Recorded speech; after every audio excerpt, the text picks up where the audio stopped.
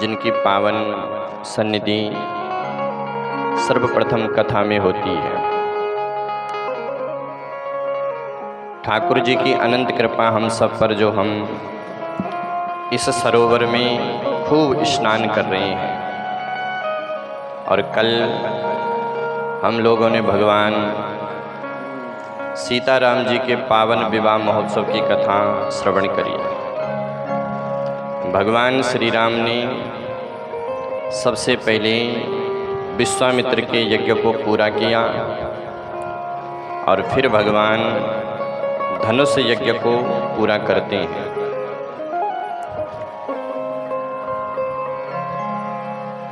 राम जी का जो चरित्र है, रामचरितमानस, बड़ा ही सुंदर गोस्वामी जी की कृति है। वाल्मीकि रामायण में वर्णन आता है कि जब भगवान का विवाह हुआ और राम जी बारात लेकर के अयोध्या जा रहे थे, तो बीच मार्ग में परशुराम जी मिलते हैं। लेकिन रामचरितमानस में ऐसा वर्णन है कि जब सीता जी ने जयमाल पहराई, उसके बाद परशुराम जी का आगमन होता है। राम जी ने जब धनुष तोड़ा तो सीता मैया ने राम जी के गले में जयमाल डाली। सिय जयमाल राम उर मेली। तो जो उस सभा में कपटी राजा आए हुए थे, वो वहां पर बड़बड़ाने लग गए, गाल बजाने लग गए। अब एक दो राजा नहीं है वहां पर, देश देश के भूपति नाना 10,000 राजा है। तो जो कपटी राजा थे वो पीछे से गाल बजाने लग गए। एक कहता है, ले छुड़ाई सिय सन को, बोले सीता जी को छुड़ा लो। और ये दोनों बालक अगर कुछ कहते हैं तो धरी बांध दो, निप बालक दो, इन दोनों को बांध दो। अब लक्ष्मण जी ने जब ये शब्द सुना तो चारों तरफ देखा, तो अब इतनी भीड़ में कौन दिखे। और जो भड़काने वाला होता है वो आगे थोड़ी आता है, वो तो पीठ पीछे से बोलता है। तब तक दूसरा कहता है कि अगर जनक सहाय करते हैं तो जनक जी को भी बंदी बना लो। फिर से कोई सामने ना आए। अब वहां पर स्थिति ऐसी बन गई कि विश्व युद्ध छिड़ने वाला है। क्या करें? लक्ष्मण जी सबको मारने में समर्थ हैं, लेकिन राम जी कहते हैं कि ये विवाह का समय है, यहाँ पर लड़ाई झगड़ा करना ठीक नहीं है। तो लक्ष्मण जी ने मन ही मन भगवान से कहा कि प्रभु आप आदेश दो। तो राम जी कहते चिंता मत करो, उनका इलाज मैंने कर लिया है। क्या इलाज है? बोले उसी समय परशुराम जी को राम जी ने बुला लिया। तहीं अवसर सुनी शिवधनु भंगा, भृगुकुल आयो भृगुकुल कमल पतंगा। परशुराम जी आए और जैसे परशुराम जी का आगमन हुआ तो देख महीप सकल सकुचाने, बाज झपट जन लवा लुकाने। वो जो कपटी राजा थे वो ऐसे थरथर कांपने लग गए। परशुराम जी आए।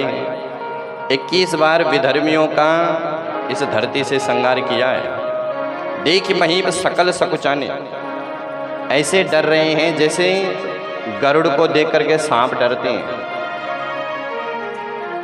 परशुराम जी सबको देख रहे हैं ऐसे। और जो राजा हैं वो कह रहे हैं एक दूसरे को, चलो चलो प्रणाम करो, परशुराम जी हैं। तो सब प्रणाम कर रहे हैं। कहीं कहीं निज नाम, अपने अपने पिता का नाम ले रहे हैं। और दूर लगे इव दंड प्रणाम, दूर से ही प्रणाम कर रहे दंडवत। अच्छा, दूर से क्यों कर रहे हैं? नज़दीक चले जाओ। बोले नज़दीक कोई राजा इसलिए नहीं जा रहा है कि पता चले कि हमने गर्दन झुकाई और तब तक परशुराम जी ने गर्दन उड़ाई।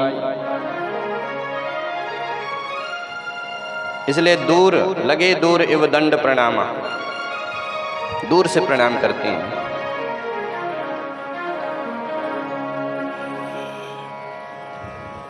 परशुराम जी अगर किसी राजा पर स्वभाव से भी देख लेता है तो उसे लगता है कि यमराज की सवारी आ गई लेने के लिए। इतने डरे हुए, अब सब चुप हो गए, मौन बिल्कुल। इतने में जनक जी ने सीता जी से कहा कि बेटी जाओ इनको प्रणाम करो। सीता जी ने प्रणाम किया और अखंड सौभाग्यवती का आशीर्वाद परशुराम जी ने दिया। विश्वामित्र जी ने राम जी से भी कहा कि राम जाओ प्रणाम करो, तो राम जी ने भी प्रणाम किया। अब जैसे प्रणाम किया तो उसी समय परशुराम की दृष्टि धनुष पर पड़ी, टूटे हुए धनुष पर। सोई परशुराम जी को फिर क्रोध आ गया। जनक जी को डांटा, कहे जड़ जनक धनुष कह तोड़ा। हे जनक बता धनुष किसने तोड़ा, और अगर नहीं बताएगा तो जहां तक तेरा राज्य है सब नष्ट कर दूंगा। जनक जी चुप, तो राम जी ही सामने चले गए। राम जी कहते हैं कि हे नाथ, आपके गुरु के धनुष को तोड़ने में कौन समर्थ है? नाथ कोई हो आपका ही दास होगा। राम जी कहते हैं नाथ संबोधनु तोरन हारो, नाथ संबोधन तोरन हारो, होई को एक दास तुम्हारो, होई को एक दास तुम्हारो, होई को एक दास तुम्हारो। नाथ संबोधन तोड़न हारो, वो तो कोई आपका दास होगा। परशुराम जी कहते हैं राम, दास वो होता है जो सेवकाई करता है। सेवक वो होता है जो सेवकाई करता है। सेवक कभी शत्रुता नहीं करता है।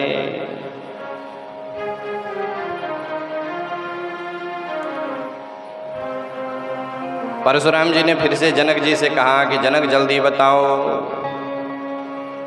नहीं तो तेरा राज्य समाप्त हो जाएगा। तो लक्ष्मण ने राम जी से कहा कि भैया, इनकी जो भाषा है इस भाषा का जानकार मैं हूँ, तुमको इनकी भाषा समझ में नहीं आएगी, क्योंकि हर भाषा का जानकार सब नहीं होते हैं। अगर कोई अंग्रेजी में बात करे तो जो अंग्रेजी जानता है वही बात करे उनसे। तो लक्ष्मण जी कहते हैं कि हम इनसे थोड़ा बात करते हैं। तो लक्ष्मण जी कहते हैं कि बाबा, बचपन में हमने अनेक धनुष तोड़े हैं, बहुधनुई तोड़ी लड़काई, पर ऐसा क्रोध तो कभी किसी ने नहीं किया। इस धनुष पर तुम्हारा मोह क्यों है? और मोह शब्द को सुनकर के परशुराम जी को और क्रोध आ गया, क्योंकि संतों के लिए मोह बहुत खतरनाक होता है। परशुराम जी कहते हैं हे नृप बालक कालवश, बोलत ताई न समार। तो संभाल के वाणी नहीं बोलता है, तुझे पता नहीं है मैं कौन हूँ। लक्ष्मण जी कहते हैं कि महाराज आप जब से आए हो तब से आप अपना ही परिचय तो दे रहे हो कि मैं कौन हूँ, मैं कौन हूँ। जो महापुरुष होते हैं वो अपना परिचय नहीं देते। परशुराम जी कह रहे हैं कि मूर्ख देख रहा है हाथ में परसा। लक्ष्मण जी कहते हैं कि महाराज हम अगर आपका परसा देखें तो यहाँ पर युद्ध हो जाए। हम तो आपका जनेऊ देख रहे हैं कि आप ब्राह्मण हैं, इसलिए और ब्राह्मणों का हम सम्मान करते हैं। परसा मत दिखाओ, नहीं तो हम भी क्षत्रिय हैं। अब परशुराम जी को भयंकर क्रोध आया। परशुराम जी की छाती लाल हो गई, हाथ बिल्कुल कांप रहे हैं, पर जैसे मारने के लिए तैयार होते हैं तो हाथ काम करना बंद कर दिया। परशुराम जी बड़े आश्चर्यचकित हो गए कि शत्रु का बालक सामने है, परसा हाथ में है, छाती हृदय से फट रही है, पर चलाना चाहता हूं तो चलता ही नहीं। क्या कारण हो सकता है? उसी समय परशुराम जी ने विचार किया कि कहीं ये वही तो नहीं जो सबको शक्ति देते हैं। अखिल सत्य बोधकते,